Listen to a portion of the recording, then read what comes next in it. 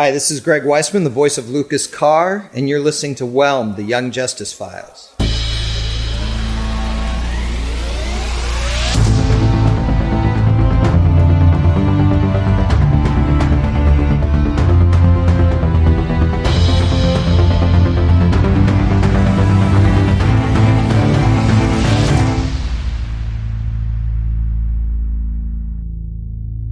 Recognized, Uncle Walker, D01. Recognized, Emily of Arden, D12. Recognized, Joe Moniac, D05. Hello, team. Welcome back, and thanks for joining us for episode 19 of Whelmed, Season 4, or Green Lantern, the Animated Series, Season 3? No, Green Lantern, the Animated Series, Season 1, Episode 27. There we go. Nice. My name is Rich, and with me is, as you just heard, my co-host Emily and producer Neil. Hey, everyone. In these review episodes, we'll be diving into the plots, characters, Easter eggs, comic book history, and everything else of Young Justice, and maybe Green Lantern, the Animated Series, and use all of that as a springboard to talk about the creative writing process along the way. And Justice League action. That's what I was going to say. Spoilers, Neil. Spoilers for our own nonsense. My bad. Our review segments will avoid any major spoilers for later episodes of Young Justice, not other series, but we'll be discussing them in further detail in our final segment, Crashing the Mode. Greetings, Lantern. Do you attend this summit alone? Oh, Green Lantern Kilowog will be along shortly. He had personal business to attend to. 4 years! 4 years! You don't call, you don't send subspace mail, and suddenly you're here wearing blue pajamas. Spill it, Red. Blue. You have not changed a bit, my friend. Unfortunately, neither have I. And with all that out of the way, all that extra out of the way, let's hand it over to Emily for... Hello, Megan! The title of this week's episode is Encounter a Razor's Edge. The release date was April 21st, 2022. The in-episode date was August 27th. The writers were Jim Krieg and Giancarlo Volpe. The director was Christopher Berkeley, and the voice director was, as always, Jamie Thomason. Special guest voice credits include D. Bradley Baker as Chameleon Boy and Tomar Ray, Ben Diskin as Orion and Ma'alafaak, Nika Futerman as Forager, one of the Foragers, Phil Lamar as Metron, Phil Morris as Lorzod and Noble Davis, Kevin Michael Richardson as Viking and Kilowog, and Kari Walgren as Saturn Girl. Just in time for your next mission. This week's episode starts in Central City, where Bart tells Saturn Girl and Chameleon Boy that they have to explain everything, or he won't fix their time machine.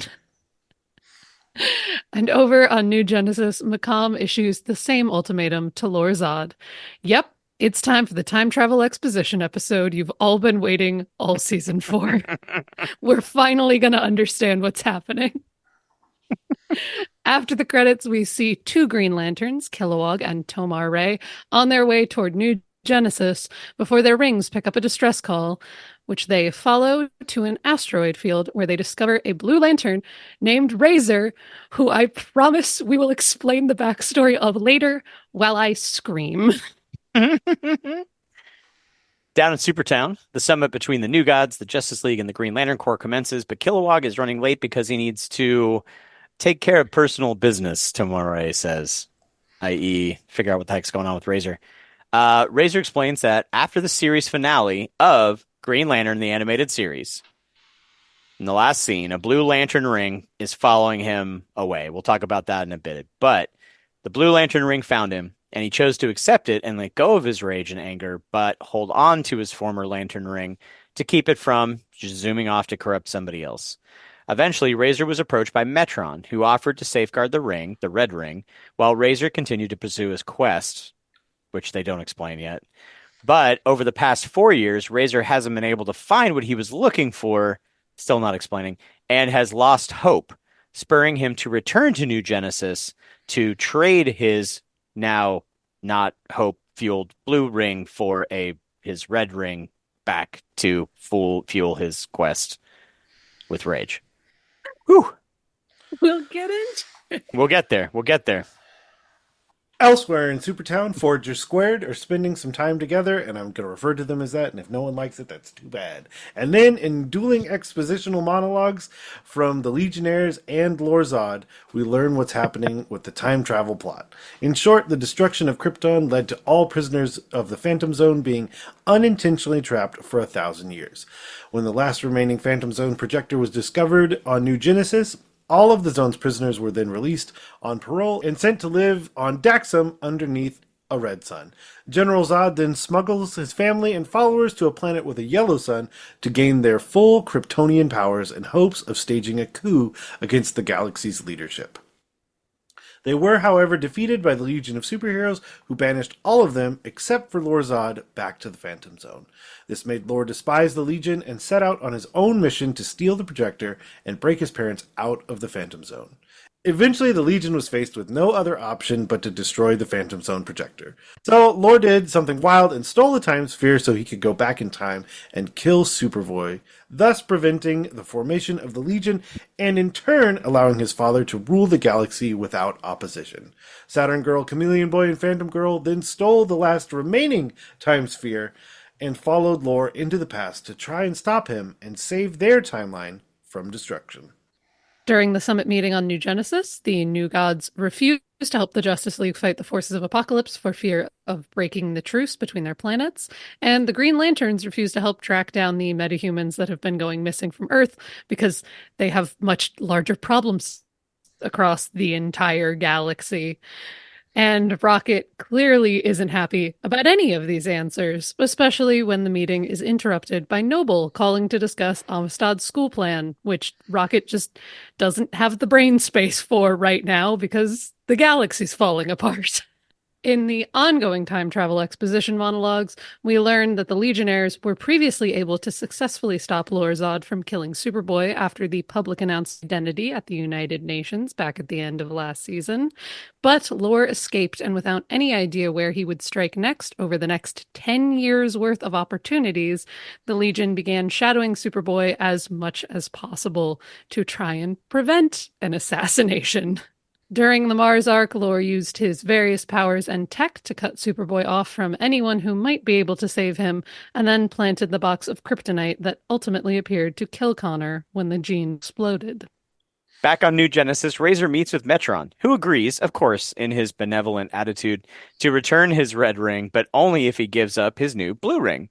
Razer's hesitant, but ultimately agrees, and after they make the trade, Metron reveals that he spent the past 4 years not only studying the red ring, by creating false leads to observe how long it would take for Razer to lose hope, and ultimately agrees to trade the ring again so that Metron can now study the blue ring in detail. This, of course, makes Razer angry enough to activate the red ring and unleash on Metron, understandably. Deserves it. Meanwhile, Raquel's phone call and the Forager's date are then both interrupted as Razer begins to teach Metron a lesson about finding out when you mess around.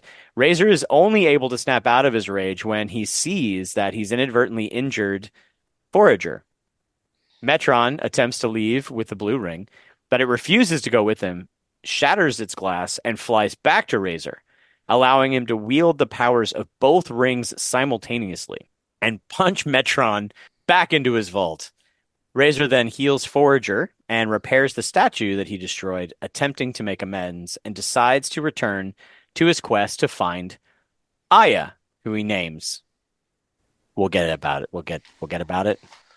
Footnote 1, see Green Lantern the Animated Series for the full story. Yes. We will get into it. Yeah.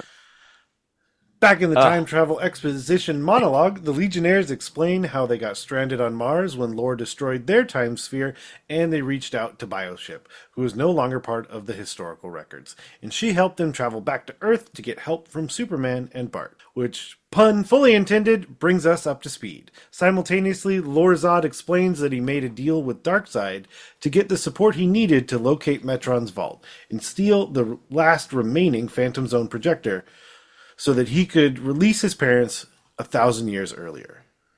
Nope, I don't want to talk about it. I remember why this confused me. We'll talk about it later. After getting the full story, Bart agrees to help the Legionnaires and welcomes them aboard their newly cosmic, treadmill-equipped bioship. And in the credits, we celebrate Jay Garrick's 102nd birthday. Yeah.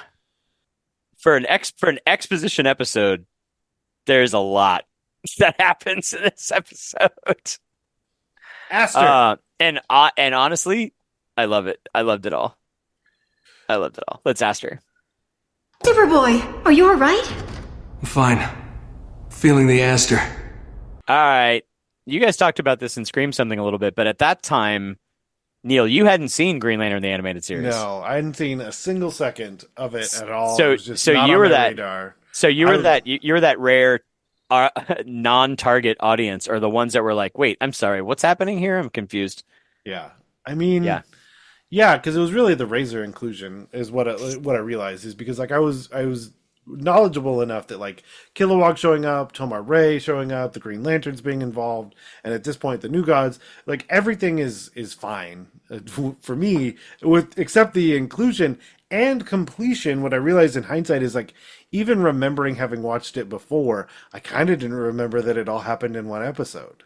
Like in my head, it would take longer because like finding this new character. And you mean arc. like the whole Razer quote unquote arc is one single? No, I agree with you. In my head, I was also thinking it was over a couple of episodes. No, the Razer pieces for me were just very confusing. I kind of feel like when you hit play on this episode on HBO Max, a little pop-up should appear that's like, would you like to watch the entirety of Green Lantern the animated series first? It'd be like the little comic things they used to have where there was like somebody would reference something that's clearly confusing. Yeah, with a little asterisk and a little like, a little hyperlink button. But then it's just so aggressive of see Green Lantern the animated series episodes 1 through 26.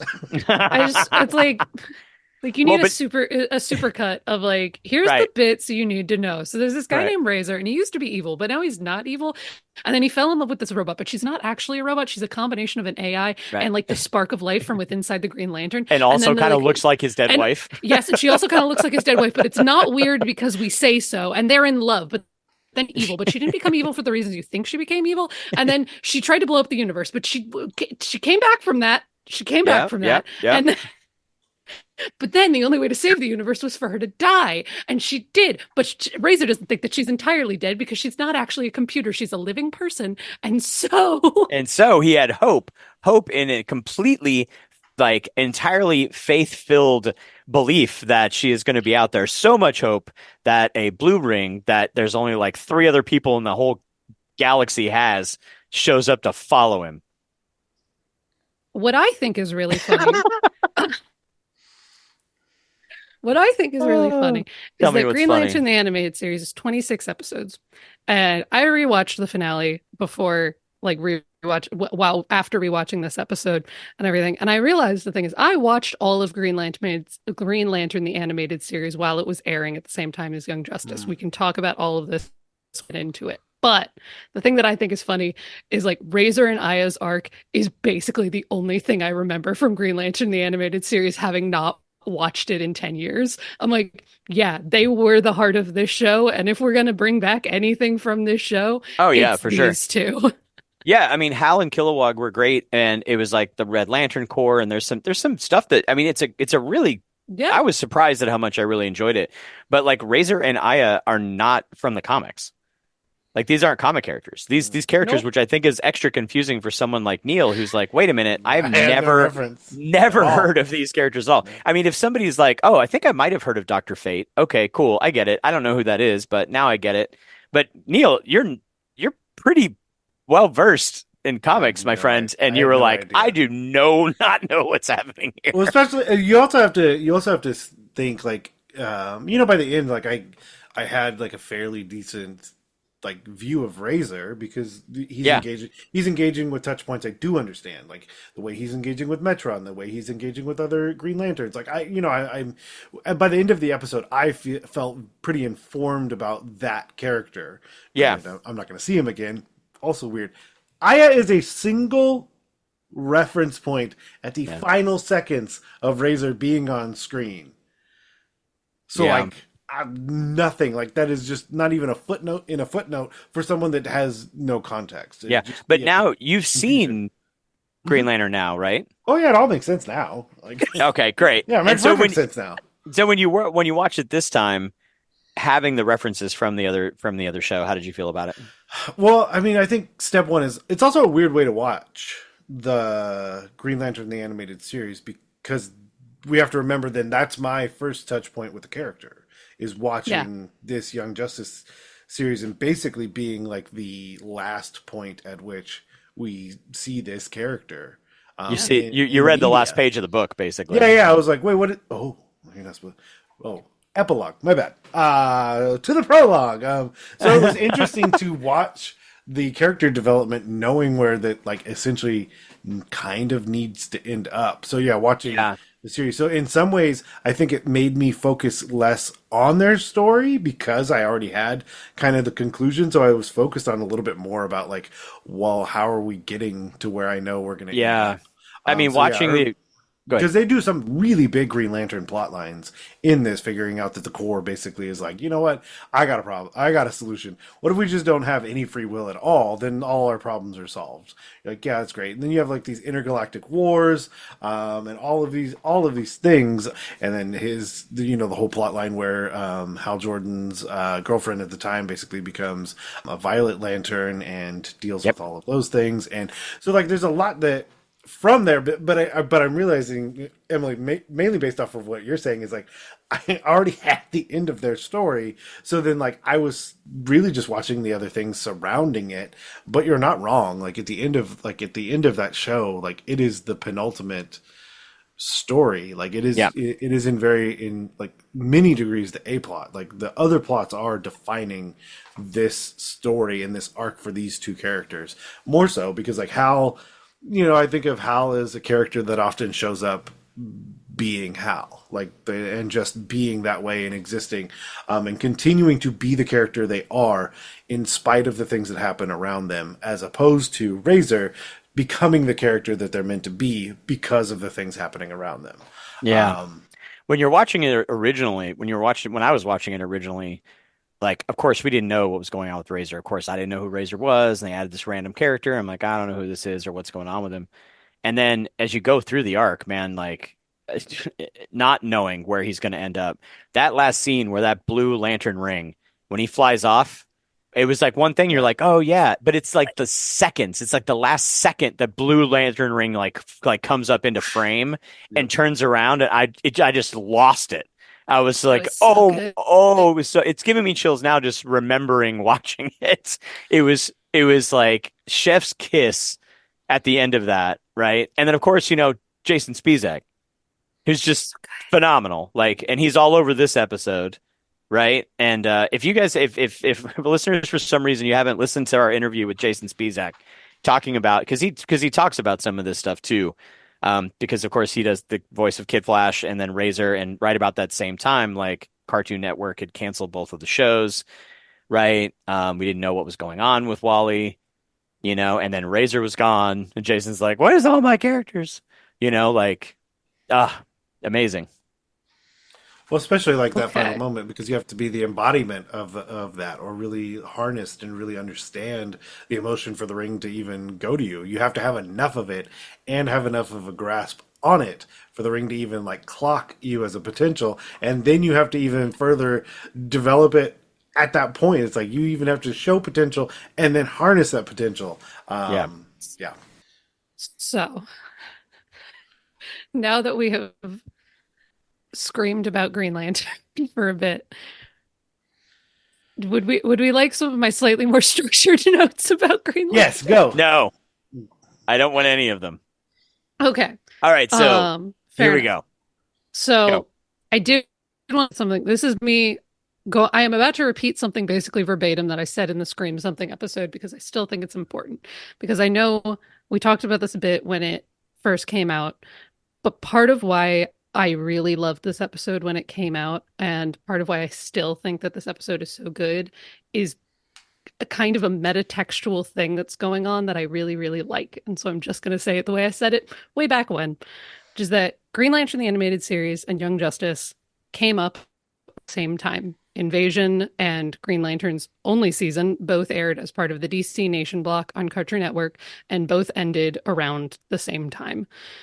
Flash forward half a decade, and Young Justice gets to come back. They get to keep telling this story. And while writing season 4, they reach out to the other team of creators in a way that, to me, says, hey, we got to come back and you guys didn't. Do you want to come play in our sandbox for a bit? Do you want to tell another chapter of the story you never got to finish? It was Brandon's idea to make this happen, apparently. This was revealed on Twitter later. But it was written by Jim Krieg and Giancarlo Volpe, who were the producers behind Green Lantern. The director, Christopher Berkeley, also worked on Green Lantern. And they brought back Kilowog's voice actor, and Jason Spizak was already there to play Razer again. Giancarlo even mentioned on Twitter that even some of the board artists, namely Sam Liu and Tom DeRossier, were also Green Lantern alumni.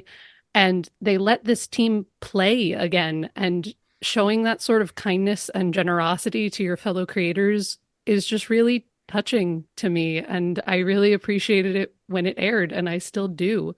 Like, tuning into this episode for the first time, having known nothing going in because I was avoiding spoilers like the plague when season 4 was happening, and having that first shot of Razer and being like, oh my God, we're getting more of a story from 10 years ago told by the people who originally told this story in an opportunity that I don't think anybody thought was ever going to happen. And that's awesome on so many levels. And like, I understand why some people were, and probably still are, frustrated by this episode, because I'm sure not did what Neil did and said, okay, let me go watch 26 episodes of Green Lantern to understand one episode of Young Justice. But I don't think it's a crazy stretch to assume that a lot of people who watched Young Justice watched Green Lantern. They were on at the exact same time for a really long while there. Yeah. And I love it. I love it a lot. I think it's important to talk about the difference between the first and second halves of that original season. You know, Emily, you described it pretty well, that the whole first half, like, and in many ways, I would almost view them as season 1 and season 2, just to kind of break that up in my mind. But the first 13 episodes have a very monster of the week, classic, like, it doesn't matter, drop in, drop out vibe. The second set of 13 becomes, you know, very much like Young Justice, where you're telling deeper, emotional based stories and narratives that need to flow from episode to episode. Well, I mean, what happens actually matters. Like, that's one of the key differences with Young Justice, as with a lot of other shows. Like, what happens in an episode matters in subsequent episodes for years later in the show. Yeah. And I think Green Lantern ran into that issue in terms of, like, I know a lot of people watched both, but I feel like there was a large set of, like, the Young Justice fandom that only watched this and didn't watch Green Lantern, the animated series. So there wasn't total overlap, obviously. But I think the thing was, when Green Lantern, the animated series, it premiered as part of that DC Nation block, and Young Justice had already kind of forged what their identity was, and people were like, I know what this show is. This show is like ongoing, complicated storylines, and like, let me try Green Lantern. And the start of Green Lantern feels like it's just going to be very Monster of the Week, fun action cartoon. Well, there's nothing wrong with that, even if that had been what it was. That's not what it ended up being. No. But I do think, because that's where it started, but it started up against like mid-season. No, it would have been like late season Young Justice season 1 into season 2, I think, was how the timeline worked out. Like the finale of season 1 and then into season 2.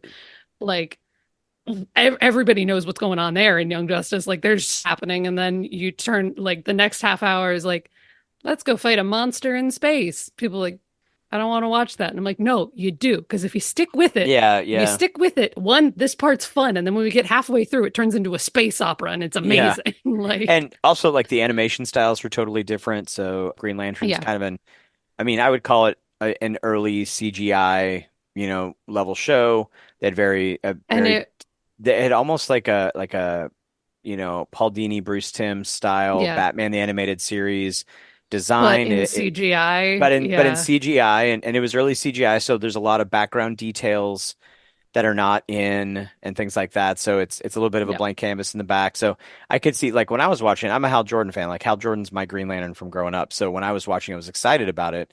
I love me some Kilowog, some Tomar-Ray. And so I watched it, but I only watched like the first like handful of episodes. And I was like, I don't know what's happening with this or what's going on and why are they in a spaceship? Like that just seems strange to me. It's not a Green We're in Lantern a thing, right? spaceship because we needed We need Aya. Aya, yeah, Because sure. she's great. And And so, she's but learning. yeah, and so it was kind of fun. And then then I stopped watching it. I was watching Young Justice, and then I went back and finished it, and I was like, oh wait, something else happened, right? And so seeing this character, in its development and getting to see like him just even in the Blue Lantern outfit because he didn't have the outfit. It was just the ring following him, right? And a lot of these seeds were planted in the later second. I also think of it as a first and second season of Green Lantern, Yeah. but it was just weird because the delays that happened in Young Justice season one, when I was watching it, the season finale was 1 week of season one, and literally the next week was season two's premiere. Yeah. So it was just like, wow, you Yeah, had so I- many delays in season one that they're back to back. Okay, very weird. That's a core memory for me. Yeah, yeah. So Um, anyway, so there's a lot going on. It kind of like I guess when we say like, hey, friends, by the way, go read the tie-in comics. It's kind of like, by the way, you want to know more about this episode, like at least watch the second half of Green Lantern, but really just all of it. And then also, like there's a lot of this thing you're talking about, Emily, because we also got like the people from Teen Titans got to come and do their voices for the Nightmare Monkeys episode, and Yeah. there's like this homaging and honoring the other incarnations of these shows that were trying to do something unusual and different and new, and a lot of the creators cross over, you know what I mean, between these shows and being able to do that. And then this isn't the only show, weirdly enough, thanks to Emily's research, that this Aya Razer thing bleeded into. Can you But talk wait, about that for a second? There's more. So I didn't know this until like 2 days ago when I was doing research for this episode. Apparently, there was an episode of Justice League Action, a Justice League cartoon that premiered in 2018. The episode is called Barehanded. And in this episode, there is an unnamed green AI voiced by Gray Delisle that meets Hal Jordan, seemingly has her memory jogged, and decides that she needs to go off on her own for a while and go find something or someone. And she's Aya. She's just Aya, and she's clearly going off somewhere in the universe to go find Razer. And I'm sitting here going, what? Yeah. Because again, as we mentioned, not these characters are from the comics. This is not like a famous comic book storyline that everyone keeps wanting to reference and emulate. This is a thing from one cartoon that premiered 10 years ago, over 10 years ago now, I think, and had one season. And everybody involved in it is still like, hey, but could we just come back in something? I don't care where we come back. Could we just come back and just do a little more with these characters? There's again I like this these two. like this mutual respect between creators across shows. Like they're watching each other's stuff and they're like, hey, you know what I want? We're doing Justice League Action. You know what I want? Can we do a thing from this episode that I really want to know more about? Can we just take a hot second? Can we possibly fit? I mean, come on. She's like the navigational computer for Space Cabbie. Yep. Voiced by Patton Oswalt in Justice League Adventure, who's like from the 50s or whatever that they throw into the show randomly, who's a regular character. It's just so funny to me. They're like, we're going to squeeze this in here because we want to see what happens. It's so good. And I was today years old when I found out that was a thing. And I got to see both of you freak out on the Zoom call when I shared this note with you. Yeah. Very good. Yeah, so good. All right. Well, there's a lot going on for the Green Lanterns, Blue Lanterns. If you want to see all the Rainbow Lanterns, well, except for the White Lantern, I guess, you should go watch Green Lantern, the animated series. They do reference getting all the rings and being a Rainbow Lantern, didn't you? They do. And there's only one person I know that did that. Neil. Yep, that would be none other than Kyle Rayner, which is an entire story arc where, like, again, it harkens back to the idea that, like, you have to actually not just, like, have a certain amount of this power, but, like, to truly embrace the ring and have the power, like, go through the process of, like, dealing with that emotion. And for whatever reason, 5 rings show up. So he's also running from the people who want their rings back, which is really funny to me in the storyline. But ultimately, he harnesses all of the emotions at the same time and becomes like an unstoppable god as the White Lantern. Which, I mean, that's the other thing is, like, even as like a longtime DC lover, seeing someone don 2 rings at the same time was also super cool and very interesting, despite having no idea who this person was. Because, you know, that's a thing they started to delve into, because you have all these rings and you have the people that have had them, but you've told their stories for so long that once you start to deal with the narratives of someone being able to embrace those 2 emotions fully enough to hold 2 rings at the same time creates interesting storylines. Another, like, more recent one is someone holding a red and a green, which I'm like, yeah, you're super angry, but you have the willpower to keep being angry. I mean, I get the concept. And those sorts of things. I mean, I really Guy Gardner was a green and also a red afterwards, right? Did he end up getting both at some point? No. Guy? Yeah, he was a red Lantern for a while after he was Warrior, I think. Yeah, with the exception of Orange, which is a fabricated one, Black, White, Phantom, and Ultraviolet, he's actually had all of them. At one point. No. Really? I didn't know. Good for you, Guy. Why are you awful? I was just going to say, on like a metaphorical level, I do really like Razer having both the red and blue rings, because just it is the idea of anger and hope being able to coexist and fuel each other is not only very true, it is very important in hard and horrible times when dealing with a lot of stuff. You're allowed to be angry about the state of the world, and you are allowed to have hope that you can make it better as a result of that anger. And those things coexisting, very good. Very good. The costume split straight down the middle, slightly silly to me, but also this is the world of the lanterns and I'll accept it. There's a red lantern who's just a cat. I can't say anything in the world of the lanterns is silly. Speaking of, there is a fantastic Justice League action episode starring that cat and Crypto and Plastic Man. So hilarity ensues. That's what I love that cat a lot. I love the Red Lantern cat. You should watch that episode. It's actually pretty great. I also love that the reason they have to do the color split is because they already have a ring that would be the color of them merging. Combined. Yeah, exactly. Too many colored rings. I have a note, and I just don't want to get there yet. Okay. I just find it hilarious. I just want to cover other things that are less weird. So we are currently whelmed the Green Lantern files right at the moment. We should probably talk a little bit about YJ. I'll get back to him. I just want to cover all of my Razer notes.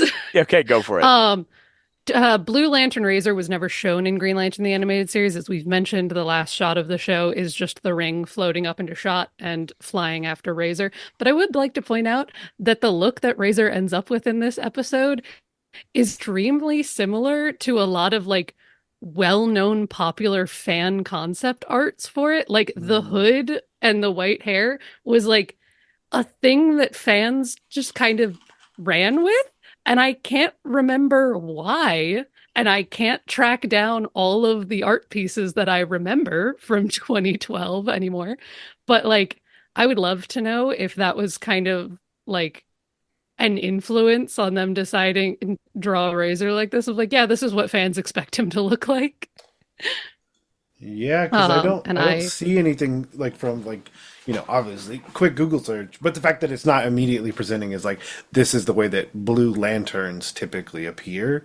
I would have to say. And it's also the problem of, because I was trying to Google this too, if you put in Blue Lantern Razer now, you just, you know, get a bunch of screenshots from the actual show instead of 12-year-old fan art that may or may not still be posted on the internet. Right. So love that. Love the aesthetic that they chose for him. It's great. I also pointing out Razer seeing someone freak out and scream over possibly losing the woman that they're in love with is being the thing that snaps Razer out of it is just a parallel to his whole arc forever. watch Green Lantern, the animated series, but yep. And him healing Forager is very much reminiscent and like an inverse of Aya healing him right before she dies in the finale. Foragers don't get it. Foragers don't know what's going on. Foragers didn't watch Green Lantern, the animated series, and that's why they're confused. My tinfoil hat bits now for Razer before we move on. I have 2 things for this, and then we will talk about things specific to Young Justice. Do I know that this is just technically what they had to do because Razer only has 2 hands? Yes. But I will still point out that the blue ring is worn on his left hand, which is traditionally associated with the hand you wear a wedding ring on. And it's all connected to the themes. Why is Rich raising his hand? I have a question. I don't remember the scene. Most of the lanterns, depending on the era, I think, of the comics, wear their ring on their middle finger. Yes. But I think there is some who wear them on what we call the ring finger. Does that blue ring go onto his ring finger or his middle finger? Make a note of that. I'm curious now when you said that. Neil, I think my brain wants to replay that it goes on the middle finger. It went on the middle finger, but I'm not sure. I'm already on the episode. Neil's on it. Go producer Neil. My other thing that I want to say, putting on the tinfoil hat, looking at the string board. What do you get when you combine red and blue, Rich? Purple. You get purple. And who are the purple lanterns? The ones that love. They're the star sapphires. And whose power comes from that? It's love. We got the purple lanterns, and their power is love. And it's Did you literally just pull up a purple lantern? Yes. Yes, the indigo lanterns. The ring too. Oh, why does this both surprise me and not surprise me at the same time? It's like rage and hope together. It lights up. Oh my gosh, it lights up. That's amazing. So the ring is on his middle finger. But okay. My replay in my brain wanted to put it on the middle finger, but I wasn't sure. That would be really cool. I also love that this concept establishes that love is actually just hope and rage together at the same time. Yeah, love is hope and rage. Wait, what? Is that what it is? Hope and rage? Yeah. Wow. I mean, that's what the red and blue are.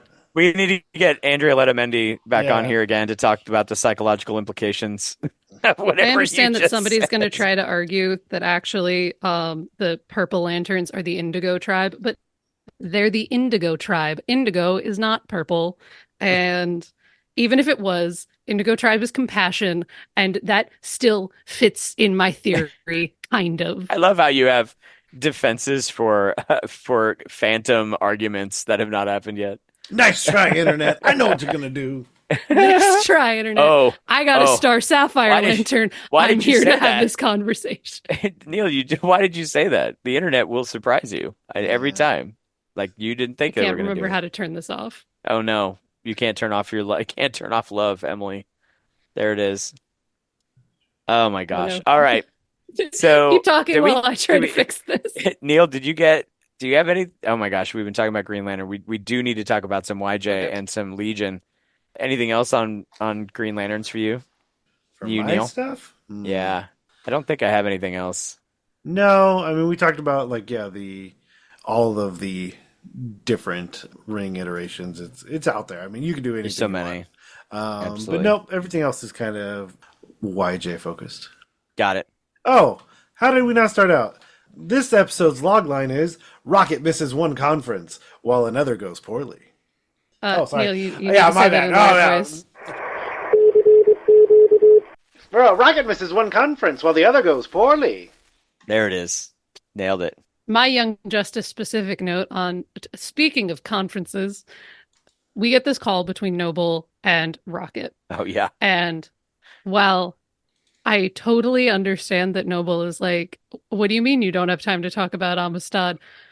Noble, she is, you don't get to call your ex-wife when she's trying to protect the whole galaxy. She's busy right now. I'm like, that this is important. But what you should have done is you need to text her and be like, when are you free for a call for us to discuss this? When you are done for the day, can we she is in the middle of protecting the entire galaxy. You don't get to call her and then try to guilt her and be like, "What do you mean you don't have time for your son?" It's like she has time for him. She's just not at this exact moment. This is not an equivalent argument right now. No, she literally picked up the phone and left a meeting about galactic issues because of clearly thousands, she thought tens it was of thousands, hundreds of thousands of missing teenagers.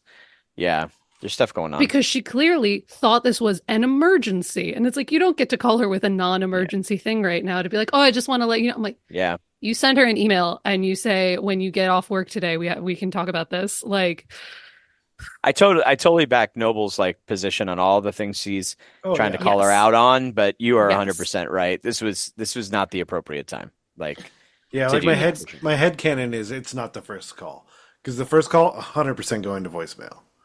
Like, if it were me being in an intergalactic situation, knowing and trusting at that point, the person who's co-parenting with you, that everything is going to, that's why you have the kid. I mean, I trust you with our child and you're going to do a good job, but I'm probably not going to, and this is a me thing, certainly, but like, I'm not answering the first call when I'm sitting in an intergalactic meeting with ancient gods and Green Lanterns. I'm probably going to let the first one go to voicemail. And if you call a second time, I'm like, oh, well, maybe I should answer it on this super cool see-through phone. But yeah, the first one, definitely going to voicemail. She getting roaming charges? I don't know what's going on with that one. That's weird. How does service work? Yeah, exactly. Most of my stuff outside of what I think I see some of you guys have on here is really like just the background stuff. So like Aya wasn't mentioned. Also, they kind of gloss over the Daxamites, and the cosmic treadmill has not come up at all in Young Justice, correct? That's also a thing. It's like, ta-da, cosmic treadmill. Okay, I don't know what that is. You know what I mean? Like, that's what? I don't understand. But if you know the comics, you'll get it, and you're like, yay! But it's like that and Aya, and like at the end where there's like, yay, he's off on his search for a name. I don't know. Yep. So yeah. I don't know what a cosmic treadmill is. I don't know who the Daxamites are. All I know is that Red Lantern loves that robot lady so much. That's all I know. Because Foragers watched Green Lantern, the animated series. They did. Okay, and now they understand. That's right. Now they understand. Yeah. So what do you got in here? Oh man, and Metron. I got comment. Yeah, Metron. Man, Metron's just a tool. So many things. One, the cosmic treadmill is such a staple in Flash-based stories that it's in CW. It's everywhere. Basically, you just harness the power of Flash, and you can travel through space-time or energize whatever you need. So Flash has this ability. So his vibrational powers, right? So he can vibrate through walls. Like he can phase through walls by shaking his. It's like shaking a box of cereal, and all the small stuff goes to the bottom and the big stuff comes to the top or whatever. Like it's like he shakes his molecules and can shift his way through walls. But then he could vibrate. They introduced this idea that different dimensions and different times have different frequencies. Even when like the Justice League and the Justice Society were on separate Earths, Barry Allen could like change his vibrational frequency and show up on Earth 2 by himself. And then could travel through time by using the cosmic treadmill. But which, I mean, it's like, do you need to run as the Flash? Like, could you just put a steam engine on it? I don't know. Is it the cosmic treadmill that's letting you travel through space and time? Or is it the speed that you can get to, like the speed of light speed? Or was it the Speed Force that hadn't even been invented yet when this thing came around? It's very confusing, but it is absolutely a staple of the Flash storylines from, I don't even know when. Hey, Neil, look up when the first cosmic treadmill, 1960 probably. I think it's probably the 60s when the Barry Allen Flash replaced Jay Garrick. I'm guessing. And then while he's looking that up, the Daxamites, so in the Legion of Superhero stories, there was another planet similar to Krypton where it was under a red sun. Then when their people left the red sun planet, they gained powers exactly like Kryptonians. So there was a character named Mon-El who was just like Superboy.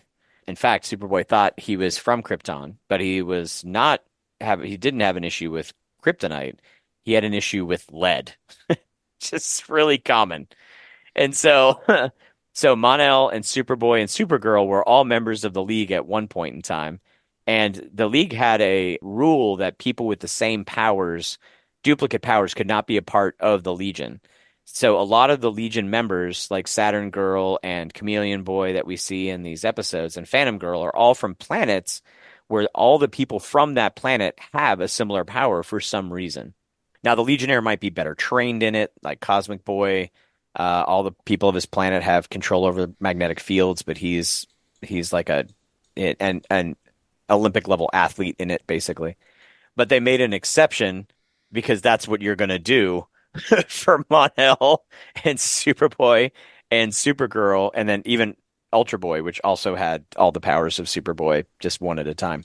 So, like, it's just very strange. So in here, it's interesting because they kind of like imply some things. Like, so they took the other Kryptonians and they put them on Daxam because it was a red sun and there were already Daxamites there. And then they said, no, then Zod took everyone off that planet, or took a bunch of people and followers off that planet, including a freaking army of Daxamites. You just have an army of Kryptonians all of a sudden that have all those powers and stuff. That's horrifying. And then there's some stuff in Crashing the Mode for later. Yeah, it's wild. Yeah, that they just kind of glance over the Daxamites. Yeah, it's a huge part of the Supergirl series where Supergirl is in the Legion shows up, Mon-El is in it, and Daxam goes from different things of like, it's a failed colony of Krypton, it's also in the same solar system, so that's why it has the same sun. Krypton blows up, they're like, oh, crazy. They put Daxam in the same solar system as Krypton? Mm-hmm, because it's because then it's a Kryptonian colony, and so then like Krypton blows up, and they're like, "Whoa, we shouldn't do whatever they did," and that sort of thing. Oops. Yeah. Okay. But I mean, which is still echo. You know, you have the echoes of that, and it's also where we get the first and only appearance of Lightning Lad in the series. But the idea that like, yeah, Daxam is like becomes like the echoes of Krypton because they have similar approaches to a lot of the same things. Interesting. Cosmic Treadmill was first introduced in December of 1961 in The Flash, number 125, in the Flash Museum, which it's always stupid to me. I don't like it. I think it's a weird concept that you just have an open invitation to people just to walk in to what is clearly some of the most effective tools in the entire known DC universe, like a time sphere, which I don't know the limitations of the time sphere at all, because it's like, as long as I don't hit the sync up button, we're literally invisible and can just do whatever we want, quite literally outside of the time. Yeah. Mm-hmm. And it was just in a museum. And then we can't talk about people stealing stuff from a museum without talking about Booster Gold, because he literally has a Legion flight ring that was also in a museum that he stole, which is where he got part of his powers. I mean, all of that. Small amount of credit where Metrons do. Hide it in a vault. Hide it in a vault. I mean, that's... Yeah. You think if you put it in the museum, you should at least take the batteries out or something? I don't know. Something. Yeah. Disassemble it, yeah. Something. Or make a replica. Yeah, I'm feeling you. Yeah, 1961. That's actually earlier than I thought, because I thought the Barry Allen Flash arrived in 1960. Oh, you know what? Actually, Flash 125. I don't know. I'll have to go back and look at those episodes, because I think it was the 1960s where they started to kind of quote unquote update the Green Lantern from Alan Scott's magic ring to, like basically the Lensman series equivalent Green Lanterns. They started to sci-fi everything in the 1960s. We're like science superheroes now. All right, what else you got? Okay, look it. I'm just going to accept this, and you have to accept it as well. I'm just going to make Metron my new Jace. But at the end of this... Okay. Stop. No. Also, No. like, I don't want to. No. In the sense that he's bad, but he's not as bad as I think you're making him out to be. That was my whole thing with Jace as well. But here's the thing: I actually don't think he's just My answer is still no. No, Metron lied to my boy for 4 years. This boy could have been out finding Aya, and Metron was like, "Nah, let me just no." There's not enough malintent in his body. He is literally just bored. It's not better. It's just different. He's just bored. and just doing dumb stuff. If while being cruelty bored. is what Oh, no. entertains you, Agreed. you're still bad. Like I said he was bad. I'm just saying he's also just really bored. I just absolutely love this is the same kind of equivalent where they're like Metron. Oh, Metron. Oh, okay. No, say no more or whatever Literally. they said. everyone property- accepts the fact that having to deal Instantly. with Metron makes you destroy Makes you town, wanna and blow you something will up. face no consequences. Yeah, the town kind of deserved it. You know what it Razer, you're reminded me right. of? Ironically, it reminded me of in the first season of Young Justice where they were like, there's another Green Lantern out there, and Sean and Al are all no with Guy Gardner no. I love the idea that it's also like immense property damage, possible loss of life, and they're like, Metron? Okay. Yeah, the dog of war is like, The only one who got hurt was Forager, and Razer fixed that. right. In the exact same way that Aya does, which is just, you point at the person and they're healed now. But she had the power of several thousand suns, and he had the power of the Blue Lantern ring, which heals because it does. Yeah. I mean, we also have my favorite line of the whole episode, Kilowog just being me in a corporate setting. You want to make sure nothing happens? Form a committee. I was like, ooh, that's me. Yep. I literally had a mug when I was working, when I was working those corporate jobs that said I survived another meeting that should have been an email. Just a mug I had in my office at all times. Nice. Also, the elaborate chicken wizzy theories that I have, because I have very little information to work off of, so then I just fill in the gaps for myself. Clearly, the chicken wizzies that are being eaten are the chicken protein chips that I have personally had, like basically as a air quote healthier or protein based option. They make chips out of chicken. Also, I have a theory that there are many flavors, but only the original flavor of chicken wizzy sells very well, and I don't really care if anyone doesn't like that, because at this point I just got to do this. I got to do the mental work myself. So I've decided that these things have to be true. I'm on board. I have no arguments with you. Also, was the last known sample of kryptonite in the same museum? Of course it was. He was just like, well, I'm just going to grab this, and I'm going to go sit in this, and I'm gone forever. Why was it all there and working and accessible enough? Like, that is pretty funny. It's because it was like old school technology nobody uses anymore.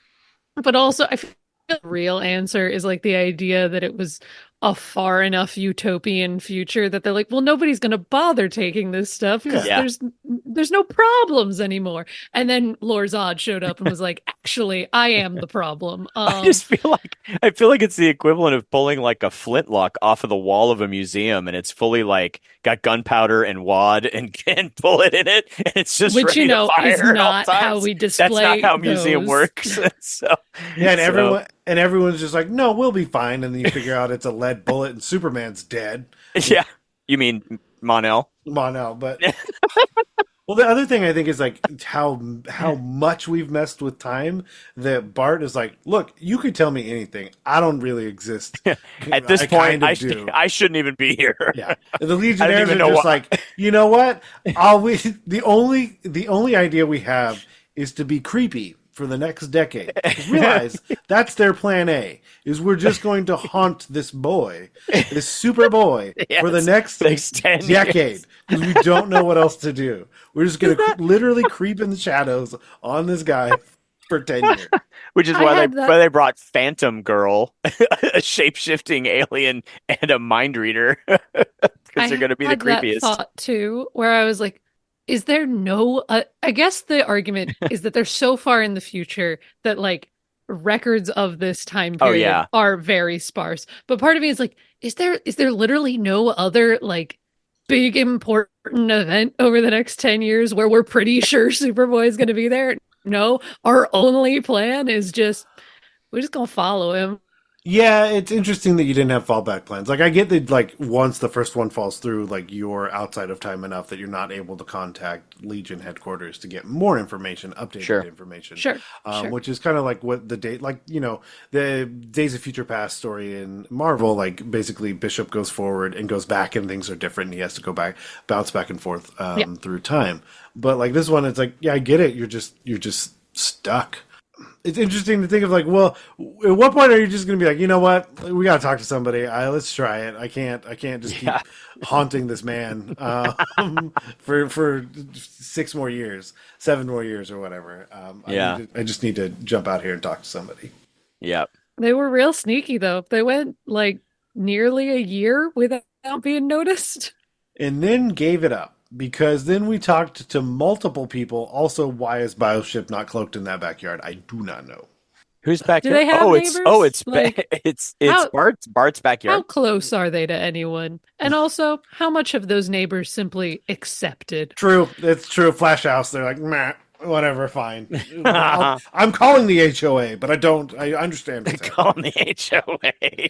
Look, man, we got to think about spaceships. They're like, in the you front yard. can't park in your front yard. And like, she's not parked in the front yard. She's parked above the front yard. Right, exactly. Or it's like no spaceship is allowed to be parked more than 24 hours. You know, and they're just there. Yeah. Anyway. Also, the other time thing that I was alluded to really early on was it's interesting to see Lorzod's level of commitment because I believe his plan conceptually deletes himself. Because if you have your parents released out of the Phantom Zone, then you are born early, 1,000 years early. Right. You're freed 1,000 years early, which means you don't exist 1,000 years later to then come back and do this. Unless so you're basically deleting yourself from this timeline, unless you exist outside of it because you've messed with it enough. Because you have a time sphere that can pop yourself out of the timeline at that point. Yeah. That's the same reason nothing changed about Bart. Like, so you get hit with enough time particles or whatever their actual name is, chronoton. That's what its real name is. You get hit with enough of that, you just kind of get to exist. Yeah, which I mean, I obviously. What was chronoton radiation somehow sillier than time particles? I think they're just the same level. Well, I'm like, there used to be tachyons, which are actually a thing, and then chronotons. I'm like, it sounds like it should be a thing. To the gravitational peloton. Let's do this. But it does sound like it should be a thing. I also really like. I mean, it creates an interesting storyline of like you could have this brother that is you, an identical you, but then you have this entire nature nurture concept. You have obviously then the one that's born is going to be in direct conflict with the one that's already there, so on and so forth. But yeah. Oh no, you've got to be wild. Your own evil twin. Wow. That's got to be a thing at that point, right? Yes. Seriously, that somebody's going to get that kid, that baby born kid, and raise him. Ma and Pa Kent are going to raise another one, and then now I want to read that. Actually, that sounds kind of interesting. What else you got? My final note is that for every birthday party I have henceforth, this is the song that I want sung to me. Even this time watching, I was so confused. I'm like, who's turning 100 and what? And then it's like Jay's birthday party. I'm like, oh, okay, gotcha. That makes sense because the Justice Society's nonsense. Of course, he's 103. Is that what it 102? Was? He's 102. 102. Yeah, 102 years old. Wow. Yeah, that was awesome. What about you, Emily? Do you got anything else? Or I think we've covered everything about 2 different shows. I think so. Okay, let me do one check over just to make sure. Yeah, no, that's about everything. Oh, Lightning Lad's one appearance in this this series. Oh, yeah. So the original team that started the Legion in the classic origin is Lightning Lad, Saturn Girl, and Cosmic Boy. Cosmic Boy doesn't make an appearance, I don't think. No, but we do have 5 Legionnaires that show up in the flashbacks. Is that what it is? It's like the flashback scene. When they're all like red and weird and it's when they were doing the exposition and sending Team Zod back to the Phantom Zone because they were like, they were in there for a reason. Everybody. So there's 5 of them there. It's Chameleon Boy and Saturn Girl and Phantom Girl that we've already mentioned, and then Lightning Lad who destroys the Phantom Zone projector in that one speed thing. And then the other one in the background, if you see, like, it's got the 3 circles in like a little V shape. That's the classic Brainiac symbol. That character is clearly Brainiac 5, who's a descendant in some weird way from Brainiac. It gets weird. Either he's an alien that has a level 12 intelligence that's kind of that, because Brainiac was an android who went into a human body at some point, and I don't know, or he's a Kaluan, which is an alien. It's just weird. It's a lot. We actually I talk about some of Brainiac 5's nonsense in one of my guest appearances on Farm to Fable, I think, because there's a Brainiac version there who's played by Marsden Spike from Buffy.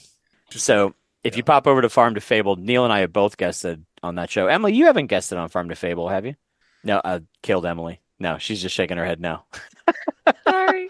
No, I never watched Smallville, but I did watch all of Buffy, and that picture that you've given me is James Marsden as a wild. that whole season with him in general. Marsters, thank you. Yeah. Marsden is James Marsden is a different actor. That's the guy who played Cyclops. Okay, there we go. I knew I was off by something.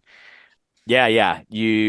Anyway, that's a whole thing. Anyway, so you could go listen to Neil and I if you want to hear us talk about Smallville and its roller coaster of amazing nonsense.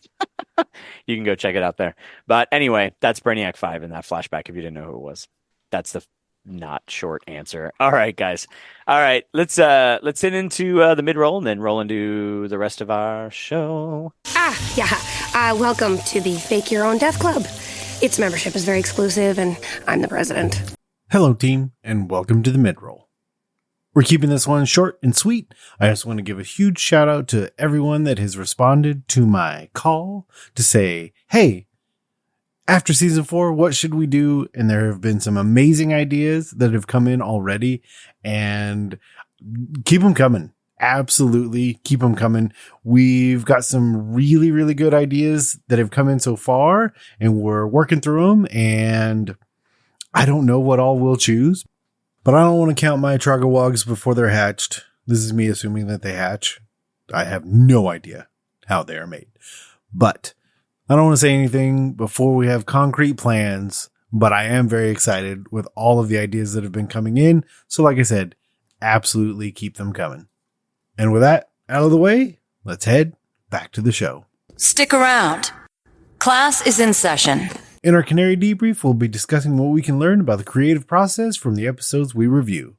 It should come as no surprise that this Canary debrief is about paying homage. We talk about it a lot already in the episode, and I think it falls to me to talk about it a little bit more just because my perspective is different in the sense that at my initial watch, I had no idea who Razer was or would be. And watching it again prior to this review, I have consumed all of Green Lantern, the animated series. So it is interesting to like really think about it from the first watch to the second watch and like how different it feels on the second watch. And trying to be almost two people having the same conversation at the same time, which is very fun, in some ways, and very difficult in others. But one of the other things that I've been thinking about is how does that work? How would I do it? How would I want to do it? How would I suggest that someone else does it? How do I think YJ did it correctly? When you pay homage, one of the big things is anchoring it in your core theme. If you were going to take something and add it to what you're doing, the key is that like it has to fold into what you have. Like it can't just force its way in. So like it has to feel earned, and then rather than hijacking what's going on. So one of the things is that with Razer's struggle between both rage and hope, like there's this big thing with dealing with emotions and balance and trauma and recovery and all of these things. Like this has been going on through the whole season, and this arc looks into it a little bit more. And so when you look at like, what is your core theme that you're already working with? Is it forgiveness? Is it, found family? What is the struggle? And bringing that homage in and helping it embody that theme. The other thing I think about is looking at the heart of it, the essence, not the lore. In the sense that it has to be, I don't know, if it's vibes rather than information. Because it's not like Razer's going to show up and talk about the Lantern Corps' bylaws and all the things that he learned during the Green Lantern, the animated series, but instead we need to better understand the conflict that he's having between the two, literally the two emotional forces that he's going to need to resolve through this. And when you start doing that, you're extracting like what emotionally is defining the character rather than a checklist of this is Razer. These are things about Razer, but you're trying to send that, you know, the tone rather than just rote memorization of things that have or haven't happened. And then you have to take that and actually translate it into your piece of media, the language that you're using. And so rather than just have it be what they say or how they talked, what you're using and bringing in as homage, it needs to fold into the language. I don't know if you've ever copy pasted something from one document to another. It's merging the formatting is the way I see it in my head. This is also me clearly spending too much time on computers, but you have to avoid like truly deep continuity unless it ends up being relevant to the plot, but that becomes more difficult as the more in depth you go, the more difficult that becomes for the viewer that hasn't seen it, the viewer, the reader, or whoever's consuming your piece of media. One of the other things that helps make this work is either subverting or advancing the original idea that you're bringing into your piece of media. Because you can't just repeat what happened. It almost never works. If it's just a 1-for-1, because often people have such an emotional attachment. Is it nostalgia? Is it just a deep love for the original material? Doing it 1-for-1 has a tendency not to land as well.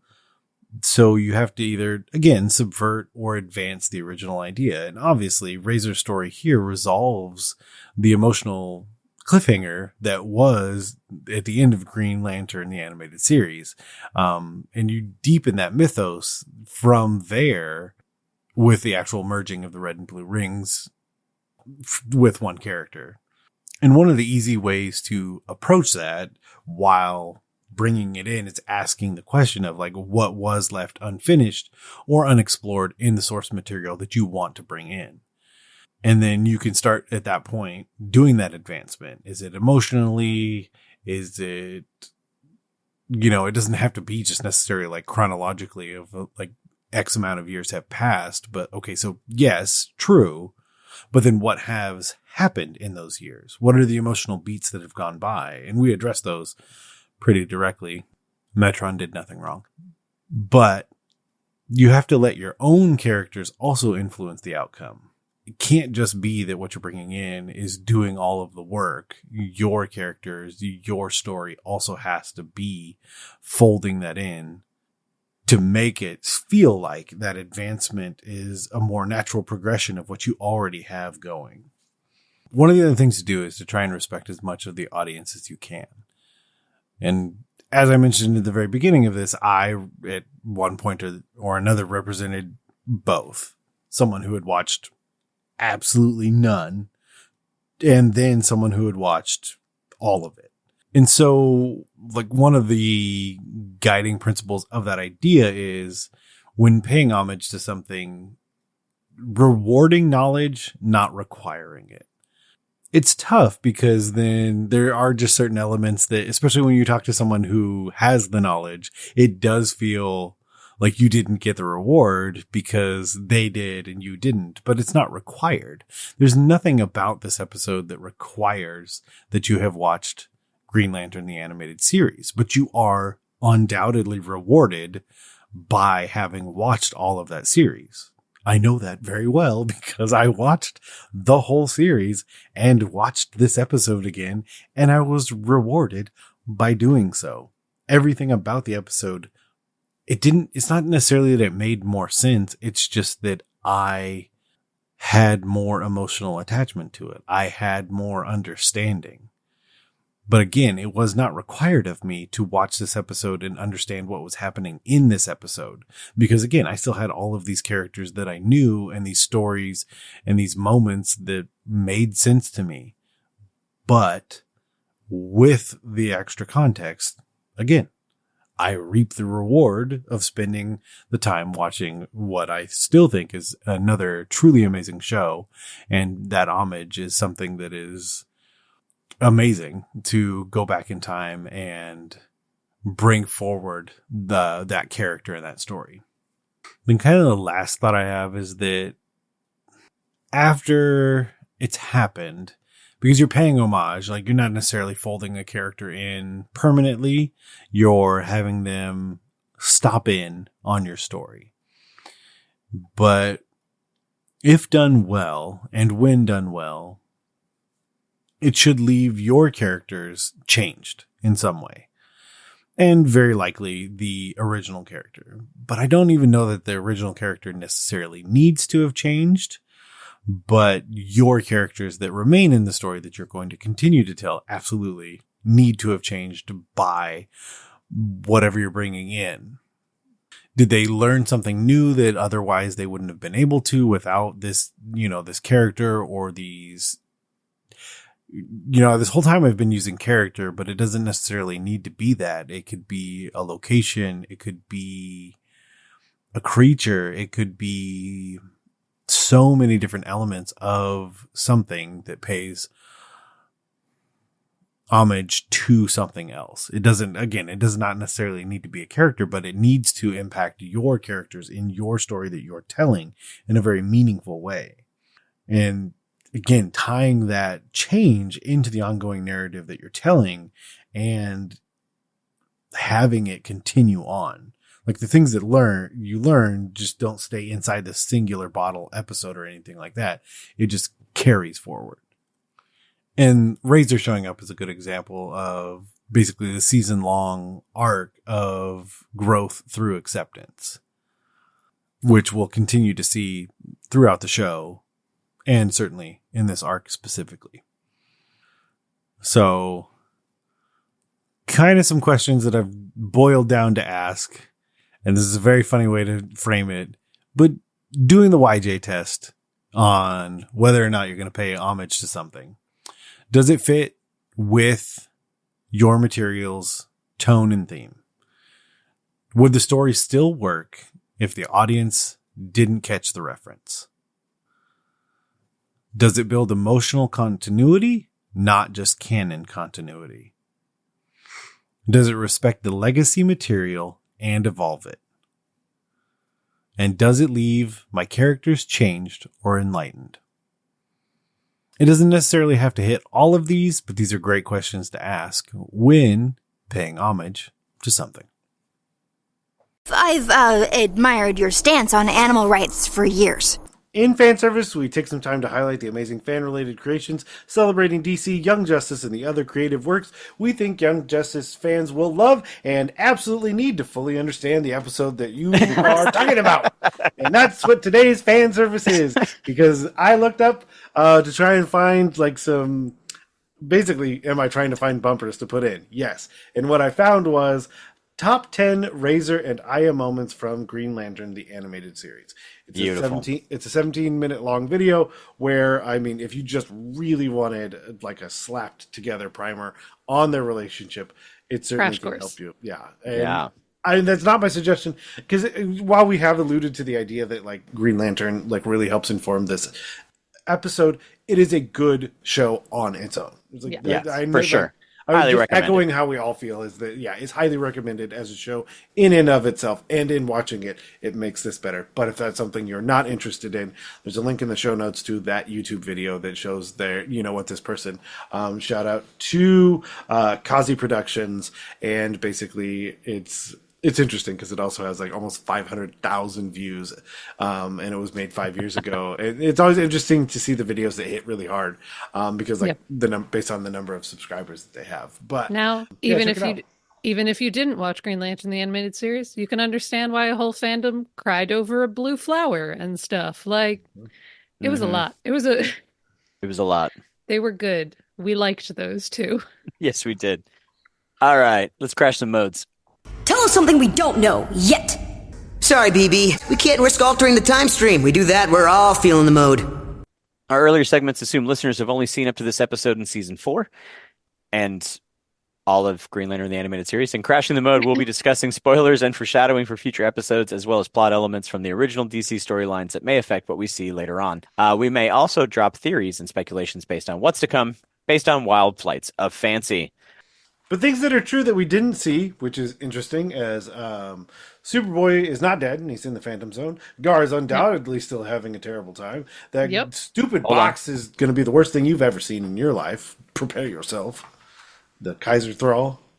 And Neil, you asked what are the limitations of the time sphere?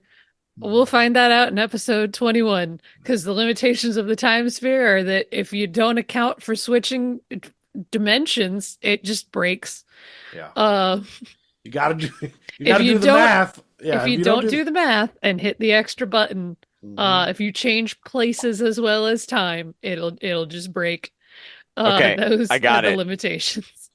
I got it, because right after that Malafa'ak scene where he ends up on Durla, the Emerald Empress says, I will raise this child to wreak havoc and vengeance on the House of Zod. Or for the House of Zod. And then flies to Daxam.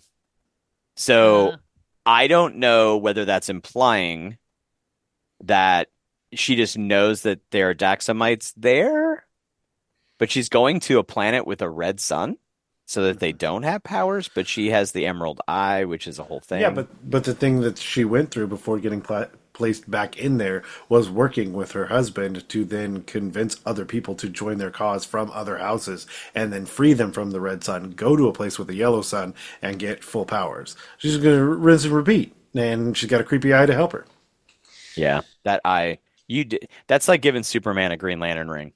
It's not good. Yeah, it's not good at all.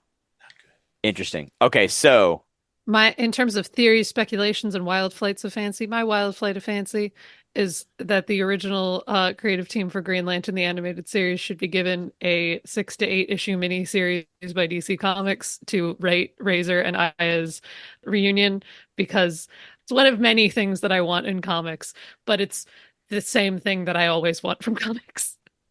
Please let them reunite. Let them go on adventures. It says the woman who could not turn off her indigo love lantern ring or whatever. The violet star. Sorry, sapphire violet. I'm lantern. sorry.